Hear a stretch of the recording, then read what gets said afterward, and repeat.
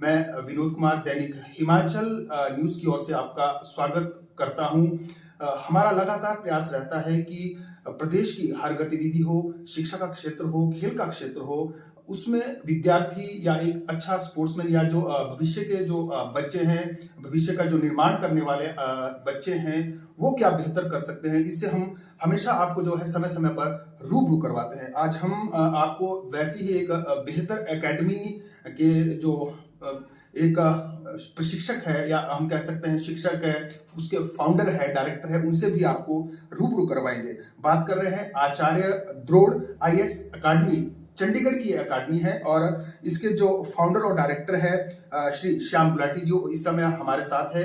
इनकी जो अकादमी में बेहतर शिक्षा है, किस तरह दी जाती है, क्या क्या यहाँ पर फायदे हैं, इनसे हम सीधी बात करेंगे। सबसे पहले श्याम गुलाटी जी, आपका दैनिक हिमाचल न्यूज परिवार की ओर से बहुत बहुत स्वागत है।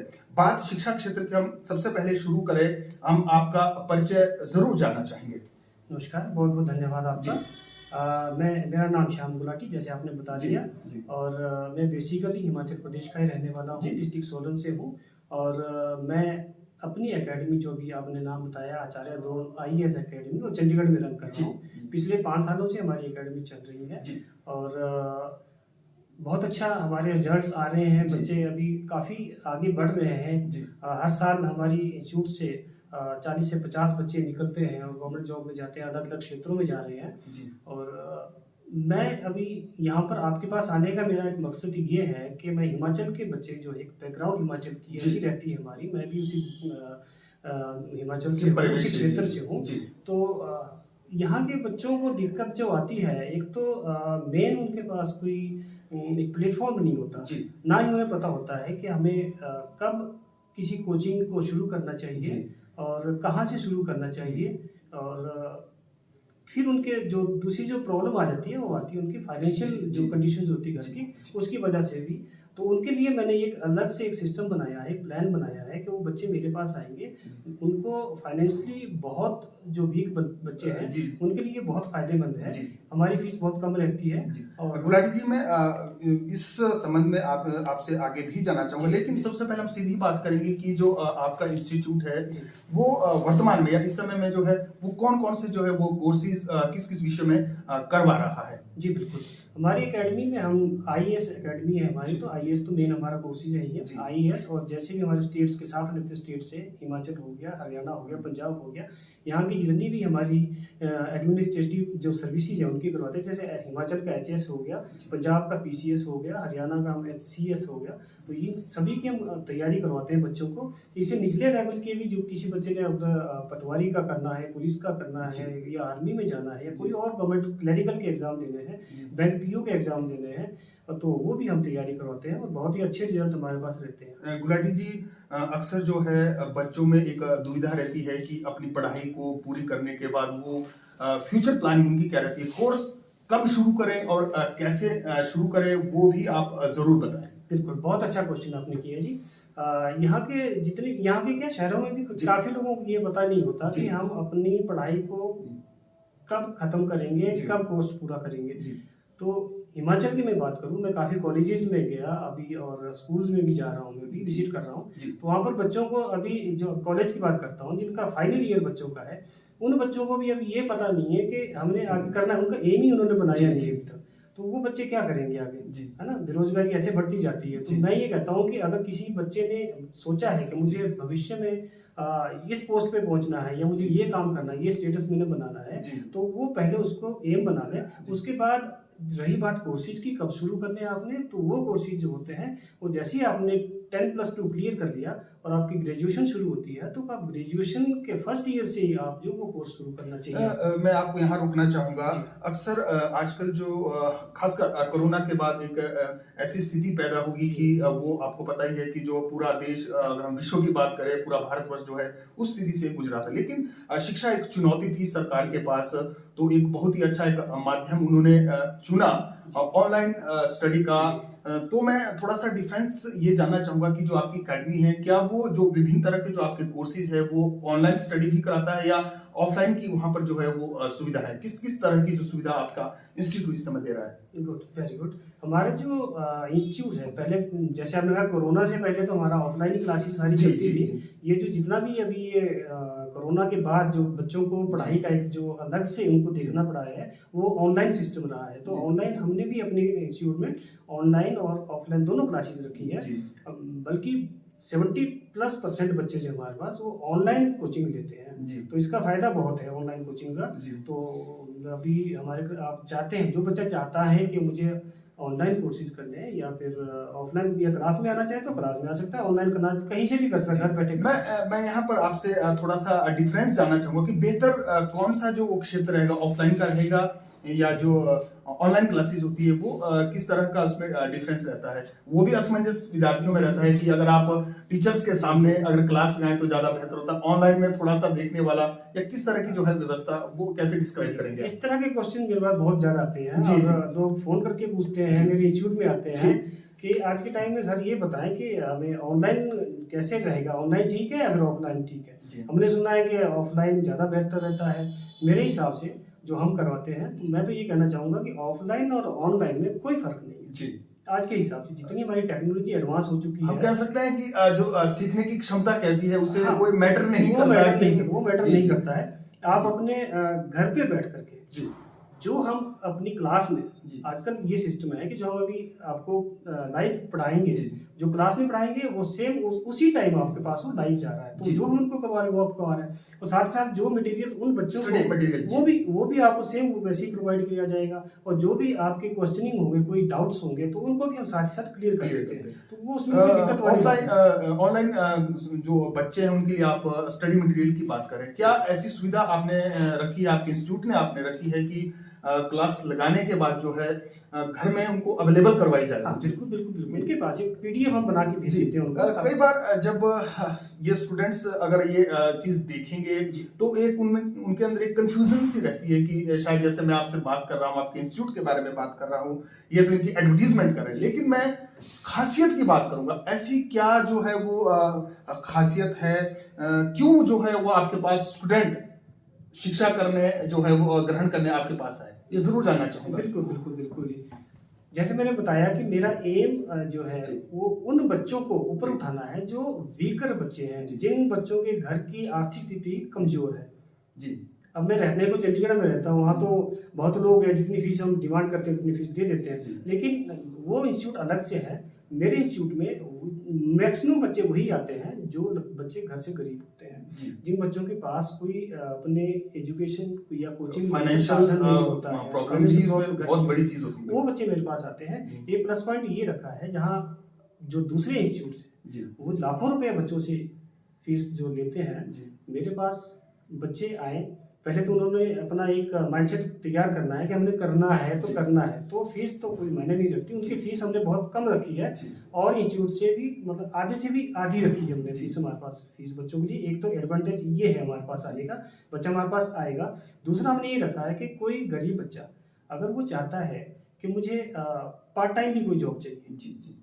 एजुकेशन जी, या स्टडी के education, साथ साथ, जी, जी। कोचिंग के साथ साथ मैं कुछ घर के अपने पेरेंट्स की भी हेल्प करना चाहता हूँ। तो ऐसे बच्चों को मैं जॉब भी प्रोवाइड करवाता हूँ। मैं अलग अलग कंपनी में मैंने बात कर रखी है, वो पार्ट टाइम, उनको कहीं जाना नहीं है, कंपनी में घर बैठ के वो काम करेंगे। इससे वो 5 से 10 हज़ार रुपये महीने का वो भी अर्न कर सकते हैं, जी। और साथ साथ में कोचिंग भी ले सकते जी। हैं। और साथ ही जैसे बच्चे अभी 10+2 के बाद कई बच्चे बिल्कुल ड्रॉप कर देते हैं अपने घर की प्रॉब्लम्स की वजह से, वो आगे कॉलेज भी ज्वाइन नहीं कर सकते, बल्कि जबकि उनका मन होता है कि हमें आगे स्टडी करनी थी, तो वो नहीं कर पाते हैं। जी। तो उन बच्चों के लिए भी एक प्लेटफॉर्म में अभी इस साल से नया शुरू करने जा रहा हूँ। वो ये है कि जो बच्चा चाहता है कि मैं आगे नहीं पढ़ पाऊंगा, जी। तो उस बच्चे को मेरे पास ज्वाइन करेगा। वो बच्चा, उस बच्चे को मैं अपने पास 3 साल रखूंगा। जी। 3 साल में उसको मैं ग्रेजुएशन भी करवाऊंगा। जी। जैसे हिमाचल से है तो हिमाचल यूनिवर्सिटी से कराऊंगा, पंजाब का तो पंजाब, हरियाणा से तो हरियाणा, किसी भी स्टेट से है उस स्टेट की यूनिवर्सिटी से उसकी ग्रेजुएशन हो जाएगी। जी। और साथ ही साथ उसको कोचिंग भी हम देते रहेंगे। जी। पूरे 3 साल हम जो भी उसने आगे बढ़ना है उस लेवल की कोचिंग भी देंगे और उसकी ग्रेजुएशन भी करवाएंगे। जी। और वो चाहता है कुछ मुझे पार्ट टाइम जॉब भी चाहिए, तो वो भी हमारे पास आके कर सकता है। तो ये जी, श्याम गुलाटी जी, हमने आपके बारे में एक बात सुनी है कि बेहतर शिक्षा और बेहतर इंस्टीट्यूट के लिए आपने अपनी जॉब तक छोड़ दी, ऐसा क्यों? जी बिल्कुल ठीक है सर। इसमें अचंभे वाली बात थी, मेरे लिए भी थी और मेरी फैमिली के लिए भी थी और बाकी जो मेरे रिश्तेदार थे उनके लिए भी थी। ये आपने बड़ी अच्छी बात कही है। अभी तक लोगों को यही है कि इतनी अच्छी जॉब में थे और इतनी जॉब अच्छी जॉब क्यों छोड़ी, क्या इसका कारण रहा है? तो जैसा कि मैंने बताया, मेरा ये पहले से ही शौक रहा है, बचपन से टीचिंग का मेरा शौक रहा है।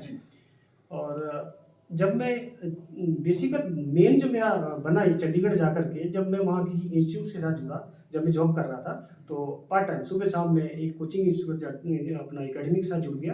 तो वहाँ पर बच्चे हमारे हिमाचल से जो आते थे, वो बच्चे गरीब परिवार से बच्चे होते थे और फीस जो डिमांड की घर वालों ने दी, जैसे मर्जी करके दे दी, वो चाहे लोन ले, वो चाहे जमीन बेचे, जो मर्जी करे। अब बच्चे वहाँ जाके बिगड़ जाते हैं, वो बच्चे बिगड़ जाते थे वहाँ पर। तो उन बच्चों ने करना क्या है सर, जैसे मैं हिमाचल से, उनको पता लग गया कि हिमाचल से है सर हमें 5,000 रुपये दे दो, आज हमें चाहिए 10,000 रुपये दे दो, इतनी डिमांड रहती थी। तो मैं कुछ बच्चों को कुछ पैसे दिए भी, जेन्युइन सा मुझे लगा। तो फिर मैंने सोचा कि नहीं, हमारे बच्चे बिगड़ रहे हैं और सक्सेसफुल नहीं होते बच्चे मतलब वहाँ जाकर के। इसके कारण मैंने सोचा कि नहीं, मैं हिमाचल में जाकर के वहाँ पर अपनी जो भी मेरे पास मेरी जो काबिलियत है कुछ, उसको मैं उसका यूज़ करूँगा और बच्चों को वहाँ पर जाकर के ये मैं कोचिंग देना शुरू करूँगा। तो मैंने बहुत ही मतलब ये कहेंगे आपकी 10 दिन के अंदर अंदर मैंने डिसीजन लिया अपनी जॉब छोड़ने का और पूरे अपने जो भी कागज़ थे या साइन किए। और जब 4 दिन रहे तो मैंने अपने घर वालों को तब जाके बोला कि आप ऐसा करो, आप सारी पैकिंग करो, बोरी बिस्तर आप पैक करो, अपने घर जाना है। तो सभी हैं क्या कर रहा है तो इस तरह से बातें हुई है। घर में भी मुझे गालियाँ दी गई, मेरे रिश्तेदार है उन्होंने भी बोला कि इतनी अच्छी जॉब छोड़ के तुम पागल हो गया, क्या कर रहा है तुम। तो पर जब मुझे पता है मुझे करना है, मुझे पता है मुझे क्या करना है। पहले मैं एक बात और यहाँ पर ऐड करना चाहूँगा, हम जैसे मैं आया, मैंने दाड़ाघाट में इंस्टीट्यूट खोला अपना। वो उस इंस्टीट्यूट था परफेक्ट करियर लाइन एकेडमी के नाम से, उसका नाम दूसरा था। तो यहाँ पर बच्चों का जो इंटरेस्ट था वो मैंने देखा बहुत कम है यहाँ पर, बच्चों को पढ़ने का इंटरेस्ट। बच्चों का यहाँ पर कोई बच्चों की अगर मैं बात करूँ कि उनका कोई इसमें कसूर है, तो बच्चों का कसूर नहीं है इसमें, पेरेंट्स का कसूर ज़्यादा है। वो अपने बच्चों पे ध्यान ही नहीं देते। अगर मैं बच्चों के जो पेरेंट्स से मिला, हमने कॉलेज में जाकर के पेरेंट्स से बात की, वहाँ पर एक मीटिंग बुला करके PTM करवा के प्रिंसिपल से बात करके, जैसे पेरेंट्स आते थे तो वो बच्चे वो बोलते हैं कि हमारे बच्चे पढ़ रहे हैं, अभी हम उनको ग्रेजुएशन करवाएंगे, उसके बाद कोचिंग का सोचेंगे, डबल बर्डन नहीं हम डालेंगे। तो मैंने बोला एक सिस्टम होता है जी, किसी भी चीज़ को, किसी काम का एक सिस्टम होता है। आप ऐसे करें कि बच्चों को अभी से कोचिंग देना शुरू कर दें। अगर आपके पैसे नहीं है तो आप 3 बजे कॉलेज खत्म हो जाता है, दालाघाट में मेरा यहाँ पर इंस्टीट्यूट है, आप आकर के फ्री बच्चों को बिठा दो जी क्लास, कम से कम बच्चे सीखेंगे तो सही। तो उन एक भी बच्चा मेरे पास नहीं है उस टाइम जी उस टाइम का। उसके बाद जब मैं जाता रहा, बच्चों लोगों से बातें हुई तो बच्चे कुछ आने शुरू हुए, लेकिन जो मैं सोच रहा था उस लेवल के नहीं आए, बच्चे नहीं आए। तो फिर उसका कोरोना शुरू हो गया, लॉकडाउन लग गया, फिर मैंने यहाँ ड्रॉप कर दिया। उसके बाद जब खुला तो फिर हमने सोचा कि चलो चंडीगढ़ चलते हैं, बच्चे यहाँ से ज़्यादातर चंडीगढ़ ही जाते हैं जी। तो जो फीस मैं उनसे यहाँ पर ले रहा था वही फीस मैं अब उनसे चंडीगढ़ में लेता हूँ जी। डिफरेंस कोई नहीं है। बच्चों का रहता है कि चलो हम बाहर जाएंगे, कुछ थोड़ा एक्सपोजर बढ़ेगा जी। तो जो लोग चाहते हैं, मैं उनको ये बताना चाहता हूँ पेरेंट्स को खास तौर पे, कि अपने बच्चों को साथ साथ हम कब दें शिक्षा, इसकी कोचिंग कॉलेज के साथ साथ जी। किस तरह की जो और हम कह सकते हैं अदर जो फैसिलिटी है वो आपकी एकेडमी में है बच्चों के लिए? हाँ, अगर बच्चा चाहता है कि मुझे क्लासेस में जाना है, ऑफलाइन क्लासेस ही शुरू करनी है, तो वो बच्चा मेरे पास चंडीगढ़ आ सकता है। चंडीगढ़ में मैं उसकी ये हेल्प कर सकता हूँ कि उसको रहने का इंतजाम हम करवा सकते हैं, रेंट उसने खुद देना है, रहने का इंतजाम हम करवा सकते हैं, उसको कोई वो दिक्कत आने वाली नहीं है। साथ ही साथ वो, जैसे मैंने कहा, अगर वो कुछ जॉब भी करना चाहता है तो वो भी हम उसको फैसिलिटी प्रदान करते हैं। और किसी भी किस्म की दूसरी कोई प्रॉब्लम हो, एक तो सबसे बड़ी बात है कि मेरी नज़र में रहते हैं, जो बच्चा मेरे पास आ जाता है उसको मैं इधर उधर नहीं जाने देता जी, उसके ऊपर मैं पूरी नज़र रखता हूँ। फिर मैं किसी बच्चे को उसके पेरेंट्स से कोई ऐसी बात हो तो उससे पेरेंट्स से भी बात करता हूँ कि आपका बच्चा थोड़ा आजकल इस तरह से चल रहा है या क्लास में नहीं आ रहा है, क्या प्रॉब्लम है, कुछ आपकी प्रॉब्लम है या कुछ है। तो इस तरह से भी बच्चों को हम अपने घर की तरह रखते हैं जी। तो ये थोड़े से 2-3 फैसिलिटी है। गुलाटी जी, आपको शुभकामनाएं देते हैं आपकी एकेडमी के लिए, बच्चे आपके एकेडमी में जुड़े। जो भी बच्चे इस साक्षात्कार को देख रहे हैं, आप ज़रूर, अगर आप अच्छी एक एजुकेशन लेना चाहते हैं, फ्यूचर में आप एक अच्छा एम स्थापित करना चाहते हैं, तो आप ये मैं आपको एड्रेस ज़रूर बताना चाहूँगा। Acharya Drona IAS academy Chandigarh sector जो है वो 38C में है, और इसके जो फाउंडर और डायरेक्टर है श्याम गुलाटी जी, वो साथ में थे, आपको पूरा उन्होंने बताया था। फ़ोन नंबर आप जो है वो ज़रूर नोट कर लीजिए। इनके कॉन्टैक्ट नंबर है 9915207212। एक बार फिर से बोलना चाहूँगा, 9915207212 और 9877780756। ये जो मैं आपको फ़ोन नंबर्स बता रहा हूँ, ये आप हमारी कैप्शन में भी देख सकते हैं, और ज़रूर आप इनसे कांटेक्ट करिए। धन्यवाद गुलाटी जी, आपका बातचीत करने के लिए। शुक्रिया। थोड़ा सा मैं ऐड करना चाहूँगा इसमें। अभी जो हम जो कोर्सेज शुरू करने जा रहे हैं, उसकी क्लासेस हम 26 फरवरी से, इसी महीने से 26 तारीख से बिठा रहे हैं। जो भी बच्चा अगर आना चाहता है, चाहे वो बच्चा अभी फाइनल ईयर में है, लास्ट ईयर में है, या फर्स्ट ईयर में, सेकंड ईयर में है, +1 में है, 10+2 में है, किसी भी क्लास में है, अगर बच्चा कोचिंग लेना चाहता है तो अभी उसको ज्वाइन कर लें। और ये जो सुविधा मैंने जॉब वाली सुविधा बताई, ये फर्स्ट 100 बच्चों के लिए ही हम दे पाएंगे अभी शुरू में। तो उसके बाद देखेंगे एक्सटेंड इसको कर पाते हैं आगे। तो जो बच्चा अभी शुरू में हमारे पास आ जाएगा, वो साथ साथ उसको ये फैसिलिटी हम दे पाएंगे। तो अभी जो बच्चा आना चाहे और हमारे से कोचिंग लेना चाहे, हमारे इंस्टीट्यूट में आना चाहे, वो वेलकम।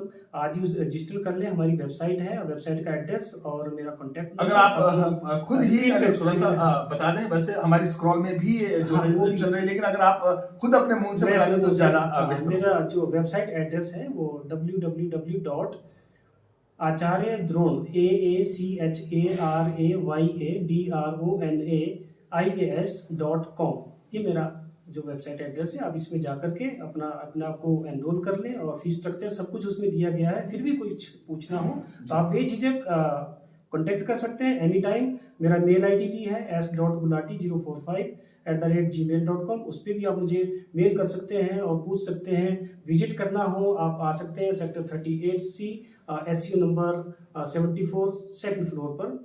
आप कभी भी किसी भी टाइम फ़ोन कर सकते हैं। आपका हमेशा स्वागत है। धन्यवाद श्याम गुलाटी जी। अपनी कैमरा सहयोगी राकेश और योगेश चौहान के साथ मैं विनोद कुमार, दैनिक हिमाचल न्यूज़।